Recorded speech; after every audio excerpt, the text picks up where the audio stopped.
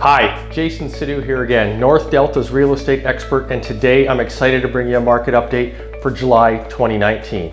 And as always, we're going to cover the market in 5 key areas. So let's jump right into it. Number 1, sales. In the month of July, we saw 49 homes that were sold here in North Delta. Now this is up from 38 in June and 34 in May. Across Greater Vancouver and across the Fraser Valley, for the most part, we've seen sales activity jumping up across all asset classes. So normally we see sales activity pushing downward this time of the year as we enter the summer months.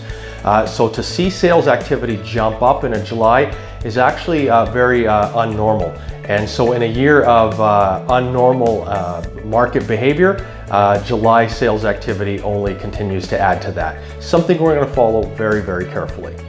Number 2, new listings. In the month of July, we saw 74 homes come onto the marketplace, down from 88 in June and down from the 103 in May. Now, this is fairly normal to see this happening this time of the year. As we enter summer months, less and less homeowners are putting their home on the marketplace.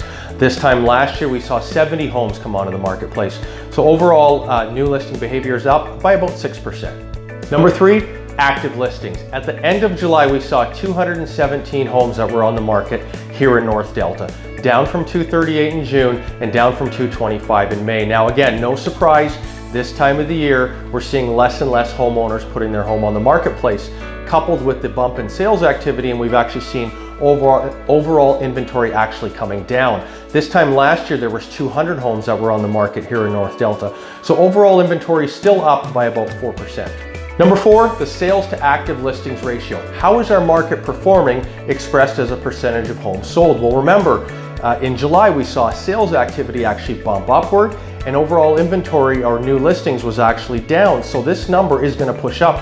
And at the end of July, it was 23%. So up from 16% in June and up from 15% in May. And remember, anything 15 to 20% is a balanced, normal, healthy market. Anything above 20% is a seller's market. So at 23%, we are in fact in a seller's market. You know, how long this lasts or if we're going to stay here, obviously we're going to follow this very carefully, but to see this number pushing upward as we enter a July and go into August, quite frankly, is a little surprising, and we're going to follow it very carefully.